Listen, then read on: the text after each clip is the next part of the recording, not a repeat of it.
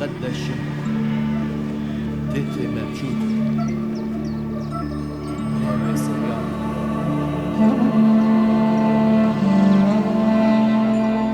Hola, muy buenas noches a todos.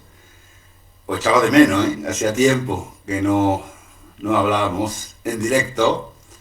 Para aquellos que se incorporen en estos momentos, perdón, disculpadme un segundito. Ahora, las cosas del directo. Que bueno, para aquellos que se acaban de incorporar, nosotros a lo largo del año pasado hicimos programas sobre viaje en el tiempo, era todas las semanas. Lo que ocurre que, bueno, hemos entrado en este año 2021 con varios proyectos y eso quizás nos dificulta un poco la labor de poder realizar toda la semana un programa. Pero en esos proyectos vosotros seréis testigos. Ya digo que hay mucha gente que me han escrito que echaban de menos los programas, pero cierto es que yo también, a vosotros, pero lleva su tiempo lo que es la preparación y estamos organizando bastantes cosas que creo que van a ser muy interesantes para este 2021 y para el próximo año.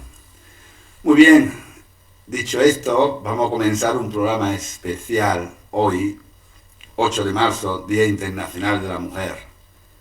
Comenzamos y a partir de ahora el equipo de grabación eso es lo que hará para intentar desglosar la historia de la mujer en la cristiandad. Comenzamos. Bienvenidos a un programa especial de viaje en el tiempo. La mujer en la historia de la cristiandad. Pero antes de comenzar, me gustaría analizar cómo era la situación de la mujer en la época de Jesús de Nazaret. Cuando nacía una chica, durante los 3 primeros años de vida, según la ley, se le daba de amamantar. Y fijaos un detalle, porque en aquella época todo era muy adelantado, porque ya a partir de los 4 años, la madre les iba enseñando a cocinar. Una mujer se preparaba exclusivamente, y lamentablemente en aquella época esa es la historia, se preparaba para atender al futuro marido.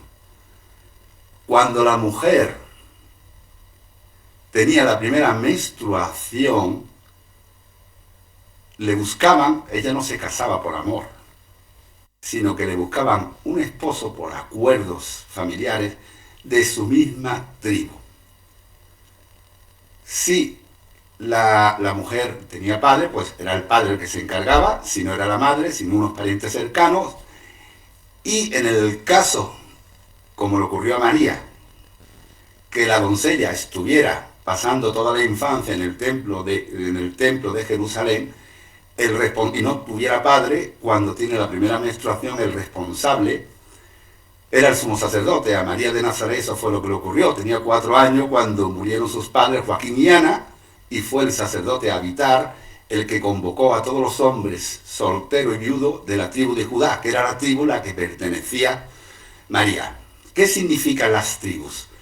Israel tiene 12 tribus, las 12 tribus de Israel. Las tribus equivalen a familias, pero ordenados por territorios.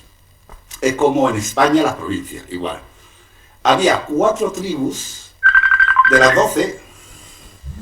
¿Qué ocurre?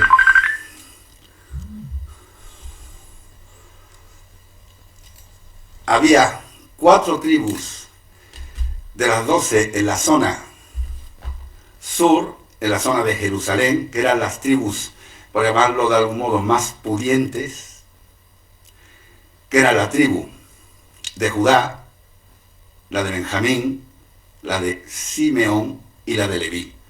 Otras 4 tribus en la mediación de Israel, que era la tribu de Gad, Gad, Rubén y José. José, a su vez, la tribu de José tenía 2 subtribus, que era Efraín y Namasés. Y después en el norte, en la zona de Galilea, había otras 4 tribus, repartidas en distintas zonas. La tribu de Aser, Isaacar, Neftalí y Zabulón. Esas eran las tribus, las 12 tribus de Israel. Bien, pues cuando una chica se le buscaba a un esposo, se le buscaba a uno de su misma tribu. Es decir, una mujer no se podía casar, aunque estuviera enamorada, con un señor de la tribu, por ejemplo, de Judá, siendo ella de la tribu de Isaacar. Bien, pues la historia de la mujer era realmente muy complicada en la época. Una mujer, en la época de Jesús, pues cometía adulterio con el simple hecho de mirar a un hombre. Ellas se casaban para atender al hombre, podían tener actas de divorcio nada más que por no saber cocinar. Y en esa situación se encontró Jesús a la mujer. Jesús empezó a darle a ella su sitio en una sociedad que era prácticamente que no contaba con ellas. Tanto es así que si cogéis el Evangelio de Lucas capítulo 8, versículos de 1 al 3, podréis comprobar que fueron muchas las mujeres que siguieron a Jesús, incluso que lo atendían con sus bienes. Jesús le dio ese sitio a ellas, pero claro, ahora os lanzo una pregunta. Si esto es así, ¿por qué en la última cena de Jesús hubo varones y no hubo mujeres? Sería muy buena pregunta. Eran 12 discípulos, apóstoles, varones, simbolizando las 12 tribus de Israel. Pues ahí está la bondad de Jesús.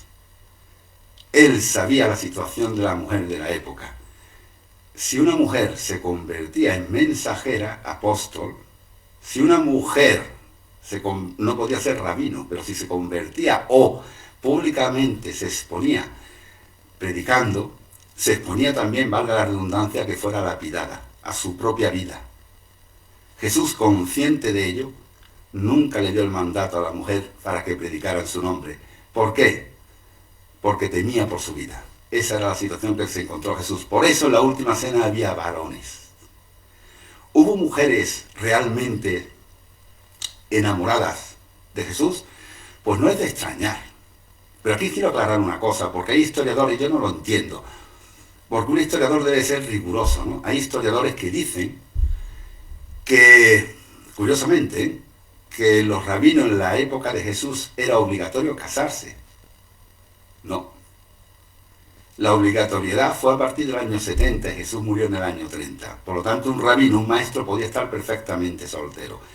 Pero seguramente hubo muchas mujeres, en primer lugar porque ya la presencia física de Jesús atraía, ¿no? Estamos hablando, y según una carta de Léntulo a Octavio, un hombre totalmente diferente a los judíos de la época, lo cual llamaba la atención en su físico. Un hombre de 1,81 de altura, cuando lo normal era 1,65, era la media de aquella época, bastante bajito. Después un hombre, según esa carta de Léntulo a Octavio del siglo I, que nos describe con unos ojos claros, también impropio en la época, pelo castaño, también impropio en la época. Hay algunos que llegan a decir que cuando han leído todos esos manuscritos que se trataba, pero yo no soy un conspirador, soy un historiador, ¿no? Que se trataba de un hombre ajeno a la Tierra, ¿no? Lo ponen como un astronauta o como un extraterrestre, ¿no? No es el caso, no creo que sea ese el caso, pero sí es cierto que llamaba la atención. Pero una mujer es diferente a un hombre. Nosotros somos más cuadriculados. Una mujer se fija en muchos detalles, en todos los detalles. Y Jesús además era un gran orador. Era una persona, como vosotras llamáis, interesante. Utilizaba metáforas cada vez que predicaba. Y claro que estuvieron muchas mujeres seguro detrás de él. Pero siempre se ha vinculado a Jesús con María Magdalena. ¿Por qué? Porque es la mujer que más veces sale en todos los manuscritos, no solo los canónicos, también en los manuscritos ocultos antes del Concilio de Nicea, los apócrifos. Entonces siempre se ha vinculado. Y además hay un manuscrito gnóstico de una corriente filosófica que habla de que Jesús le dio un beso en los labios a María Magdalena, de donde se han basado muchas novelas ficticias. Bien, en aquella época el saludo era con un beso en los labios. Era muy común. De hecho, antes del confinamiento que estamos viviendo en estos momentos, hace un par de años, fui a Málaga, fui a casa de unos judíos ortodoxos. me recibió el padre, la madre y la hija con un beso en los labios. Lo cual era muy común en aquella época, pero eso no significaba de que María Magdalena tuviera algo con Jesús. También Jesús fue entregado un beso en los labios por Judas. Aunque no se especifique en los canónicos, sí se habla de un beso. Y el saludo en aquella época era con un beso en los labios. Bien, dicho esto, yo he llegado a una conclusión. No digo que María Magdalena ni el resto de las mujeres estuvieran enamoradas de Jesús, porque tened en cuenta que le daba un sitio que ellas no tenían en aquella época, y estamos hablando de una persona sumamente interesante, culta, sabia, llamaba la atención en todos los aspectos. Pero hay una mujer que con total seguridad sí estaba enamorada y se hubiera casado perfectamente con Jesús, y ella no es María Magdalena, es otra María, María de Betania, la hermana de Lázaro y Marta. ¿Por qué? Por su comportamiento. Todos los manuscritos, infinidad de ellos, siempre hablan, que cuando Jesús llegaba a Betania, María dejaba todos los quehaceres para estar con él. E incluso le reprendía a su propia hermana. Cuando llegaba un invitado, la mujer estaba acostumbrada a atenderlo en los quehaceres domésticos, en la comida. María lo dejaba todo. E incluso en aquella muerte de su hermano Lázaro, ambos se fundieron en un abrazo. Por lo tanto, si alguna mujer realmente estuvo enamorada y se hubiera casado con Jesús de Nazaret, esa es María, pero no Magdalena, que no digo que no le gustara, nunca, pero sí es cierto que fue María por su comportamiento, la hermana de Lázaro y de Marta. ¿Qué ha ocurrido con María Magdalena? Como ha tenido tanto vínculo, ha habido un gran error. A mí no me gusta criticar a personas que no están delante, pero no tengo más remedio. El gran error sobre María Magdalena lo cometió en el 591 el Papa Gregorio Magno. Él vinculó a María Magdalena como la mujer adúltera, mujer pecadora. Incluso, a partir de ahí, se hablaba de una prostituta. Y no ha llegado la imagen de María Magdalena como una mujer, de una vida un poco alegre y distraída. Y más lejos de la realidad. En ningún manuscrito se menciona que ella fuera adúltera. En ningún manuscrito se menciona que fuera prostituta, entre otras cosas porque la prostitución como tal no se conocía en aquella época. Una mujer que se acostara con un hombre que no fuera su marido estaba sentenciada a muerte. María Magdalena fue una rica mujer, gracias a sus padres de Magdala, que está en Galilea, y nada que ver con la imagen que Gregorio Magno nos dio a partir de aquella época.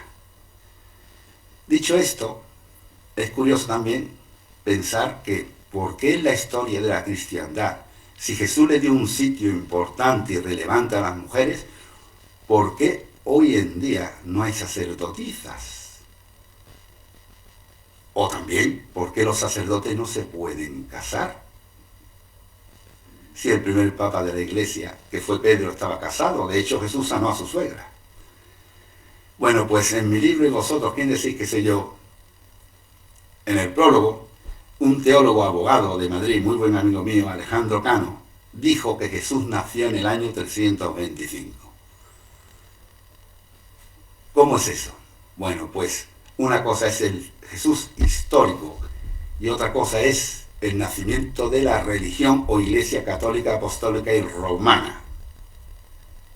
Nada que ver uno con otro en ese aspecto. ¿Por qué? Porque en el concilio de Nicea, que fue en el 325, se establecieron los dogmas a seguir por la Iglesia. Se eligieron los 4 evangelios, el credo de Nicea, pero, entre otras cosas, se determinó lo siguiente. Aquellos sacerdotes que ya estaban casados, porque hasta el concilio de Nicea los sacerdotes estaban casados, católicos, estaban casados, pues aquellos sacerdotes casados podían continuar. Se le prohibía casarse a los sacerdotes que estaban dentro del ministerio y en ese momento estaban solteros y se intentaban casar. Pero los casados se permitían. Pero la iglesia cada vez tenía más poder, más poder. Llegamos al siglo XI, siglo XII, la iglesia tenía un patrimonio, una iglesia, escultura, terrenos. Y aquí está la clave. Llega el primer concilio de Letrán, que se celebró en Roma en el año 1123. Entonces el Papa era Calixto II. Calixto II como Papa. En el concilio de Letrán de Roma, que se celebró en la iglesia de San Juan de Letrán, se determinó que los sacerdotes no se podían casar. Hasta el día de hoy. Fijaros que ya ha llovido. Y de todos los motivos voy a resumir dos. En primer lugar, es lo que he dicho yo anteriormente, la iglesia ya tenía un poder y un patrimonio. Si los sacerdotes se casaban, el patrimonio se diversificaba. ¿Por qué? Porque lógicamente tendrían una mujer, tendrían hijos, y entonces la iglesia perdía, digamos, gran parte del patrimonio. De esa manera, al prohibirlo, un sacerdote podía pertenecer a la iglesia y conservar todos los bienes de la iglesia siempre y cuando perteneciera al sacerdocio. Si se da de baja o sale del sacerdocio, pues pierde toda la potestad dentro de la iglesia. Bien. Y el segundo motivo, que es el que, si habláis con un sacerdote hoy en día, es el que os va a explicar, porque hoy en día nada tiene que ver con la época del siglo, con la iglesia del siglo XI o XII. ¿Por qué? Porque evidentemente el patrimonio es de la humanidad, prácticamente, ¿no? Entonces, pues no tiene ese problema la iglesia. Pero sí es cierto que otro motivo que se dio en el concilio de Letrán fue que un sacerdote casado tendría más ataduras. Entonces el compromiso de los sacerdotes era con su ministerio. Y de hecho, por poner un ejemplo, un sacerdote está a expensas de donde se ha destinado a cualquier lugar del mundo, ¿no?, a predicar, que sería mucho más complicado si estuviera casado. Esos fueron los dos motivos que dieron en aquel concilio, los dos más importantes. Y se ratificó en el segundo concilio de Letrán, que se celebró en el 1139, siendo el Papa Inocencio II. A partir de ahí, hasta el día de hoy, los sacerdotes no se pueden casar, las sacerdotisas no existen. ¿Por qué? Porque en la época de Jesús de Nazaret, no hay que olvidar dos cosas, no es lo mismo ser discípulo que apóstol. En la época de Jesús de Nazaret, por miedo a la vida de esas mujeres, las mujeres se convirtieron en discípulos, pero no en apóstol. Discípulo es seguidor de, apóstol, un apóstol es mensajero. Por eso fueron hombres. Y en base a aquella época, pues se utilizó también en el concilio de Letrán, se determinó que no existieran mujeres que se ocuparan del sacerdocio. Yo no voy a entrar en especular o en dar mi idea. A quien le corresponde realmente hoy en día autorizar que las mujeres sean sacerdotes o que los sacerdotes católicos se puedan casar, no sé yo. Evidentemente yo tengo contacto en el Vaticano, pero sí al que le corresponde es al jefe del Vaticano, al Papa Francisco. Si él así lo determina, las mujeres podrán ejercer el ministerio del sacerdocio, obviamente. Pero desde 1123 hasta el día de hoy se prohibió. Como digo, ya ha llovido. Bueno, ¿y qué ocurriría si Jesús de Nazaret viniera un día, el Día Internacional de la Mujer, por ejemplo, y apareciera por el mundo en el siglo XXI un 8 de marzo? ¿Qué podría ocurrir? ¿A dónde acudiría? Pues conociendo un poco la figura de Jesús de Nazaret y estudiando sus manuscritos, él intentaría mejorar la situación de las mujeres de Occidente, porque todo es mejorable. Pero buen seguro, él lucharía y daría su propia vida en la antigua franja de Mesopotamia, Turquía, Irán, Irak, en lugares en donde la mujer no tiene ni tan siquiera dignidad. Arabia Saudí, poblados de Egipto, distintas poblaciones de Hispanoamérica. Él lucharía en aquellos lugares en donde la mujer ha perdido la dignidad e intentaría mejorar la situación de cualquier mujer de Occidente, sin lugar a dudas. Sí he llegado a una conclusión por los manuscritos, porque es muy fácil apoyar algo a alguien en lugares, por llamarlo de un modo cómodo. Jesús apoyó a la mujer en una Judea, en una Israel muy complicada hace 21 siglos y dio la cara por ellas. Y os digo más, Jesús murió por varios motivos. Uno de ellos por el incumplimiento del Génesis 2.8, creced y multiplicado. Ese es el motivo por el cual Jesús nunca estuvo casado. Pero otro de los motivos, que aunque no aparezcan explícitos los canónicos, sí hay documentos que así lo atestiguan, es precisamente su amor incondicional a la mujer, cuando en aquella época una mujer no era nada. Por cierto, me sorprende porque hoy llevo en este programa especial, no sé, unas cosas muy extrañas. Me están saliendo unos mensajes. Con vuestro permiso, estamos en directo. Tengo aquí un mensaje. Vaya, me acaba de mandar un audio. Jesús de Nazaret. Me pone en el audio, en WhatsApp, me pone que lo escuchen todos, especialmente los varones.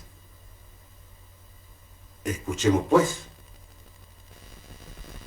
Todo aquel que no respete a su madre, el ser más sagrado después de su Dios, es indigno del nombre de hijo. Respetad a la mujer, pues ella es la madre del universo, y toda la verdad de la creación divina reposa sobre ella. Es ella la base de cuanto hay de bueno y hermoso como ella. Es también el germen de la vida y de la muerte. Ella os da a luz entre sufrimientos. Con el dolor de su frente vigila vuestro crecimiento, y hasta su muerte le causéis las más vivas angustias. Bendecidla y adorarla, pues ella es vuestro único amigo y sostén en la tierra. Así también, amad a vuestras esposas y respetadlas, pues ellas serán madres mañana, y así, más tarde, las abuelas de toda una raza.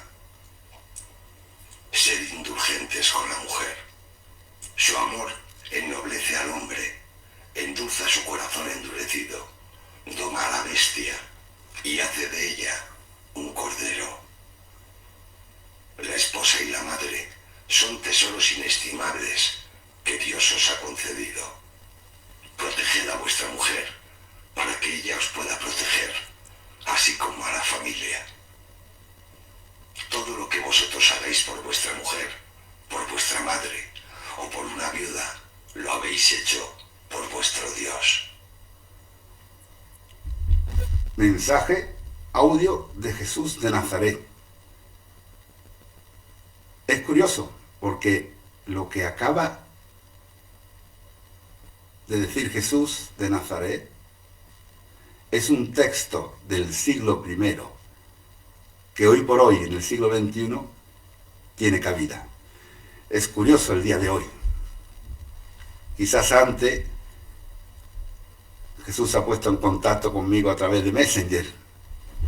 Como no ha podido, como estamos en directo, os envía este WhatsApp. Por último, hoy en día que está muy de moda las encuestas en televisión, en la radio, ¿verdad?, en víspera de elecciones. ¿Sabéis cuál es la encuesta escrita, documentada más antigua de la historia? Y la primera: estaba Jesús de Nazaret en el monte Hermón con sus discípulos y les preguntó: ¿y vosotros quién decís que soy yo? Ahí está la primera encuesta. Y le respondió un tal José Bar Jonás, apodado Pedro por Jesús.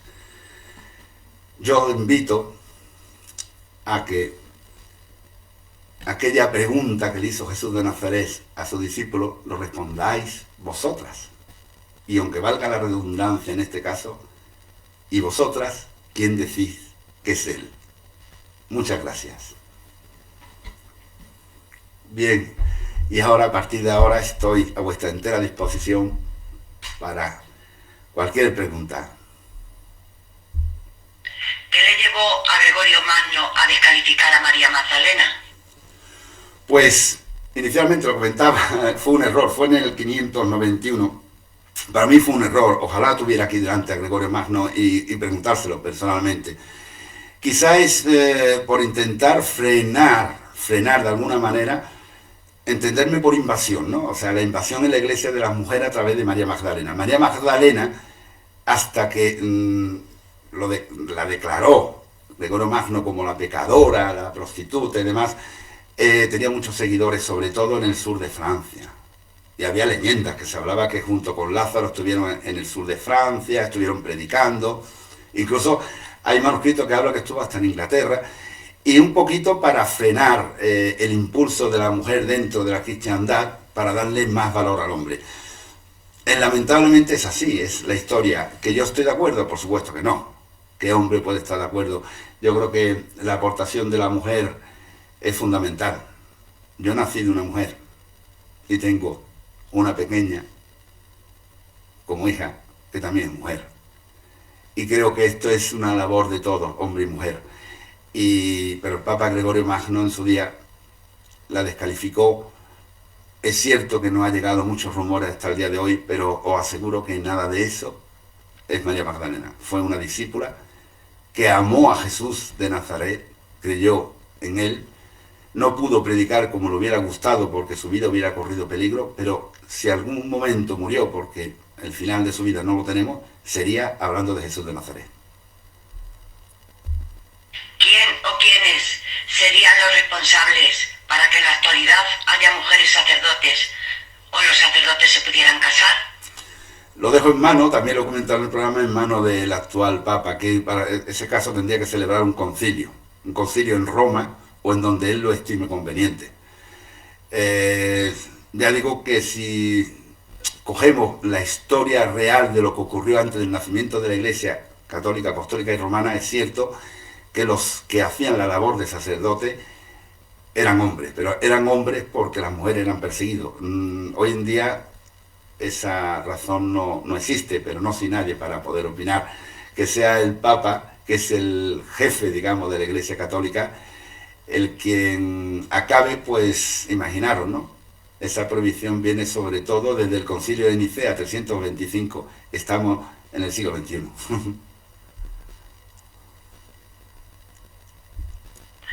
¿Qué ocurriría si se diera el caso de que se enamoraran dos personas de distinta tribu? Imposible, lamentablemente imposible, porque no dependía, bueno, si se enamoraban, se tendrían que ver a escondidas, sinceramente, pero además con el riesgo de que terminaran muertos los dos. Y ella sobre todo lapidada, ¿no? Sería imposible. Cuando una mujer ya tenía la primera menstruación, se le consideraba ya que era mujer, se le buscaba, un varón soltero o viudo de su misma tribu. Es normal que una mujer no ha dejado de ser mujer a lo largo de la historia. Igual que ahora las chicas os fijáis en todo. Y bueno, y veis a una persona interesante, os gusta un determinado hombre, pues en aquella época igual no ha cambiado nada. Lo que pasa es que ellas tenían que estar acogidas a una ley. Ellas eran criadas para atender al hombre, agasajar al hombre, lamentablemente. Y si se enamoraba de otra tribu, pues tendría que ser a escondida, porque el peligro es eminentemente grave. Ese es el motivo, y perdonar que sea reiterativo, el motivo por el cual Jesús, sabiendo las dificultades que tenían aquellas mujeres en aquella época, en la última cena, adoctrinó a los hombres para salvar la vida de ellas. Os lo aseguro que yo soy hombre y conozco muchos hombres y mujeres, pero aseguro que la historia, y soy un historiador de muchos escritos, de demasiados escritos, os aseguro que jamás en la historia podrá existir, y dudo que exista, un hombre que amó tanto a la mujer como Jesús de Nazaret. Felicidades a todas y muchas gracias por todo. Hasta la próxima. Thank you.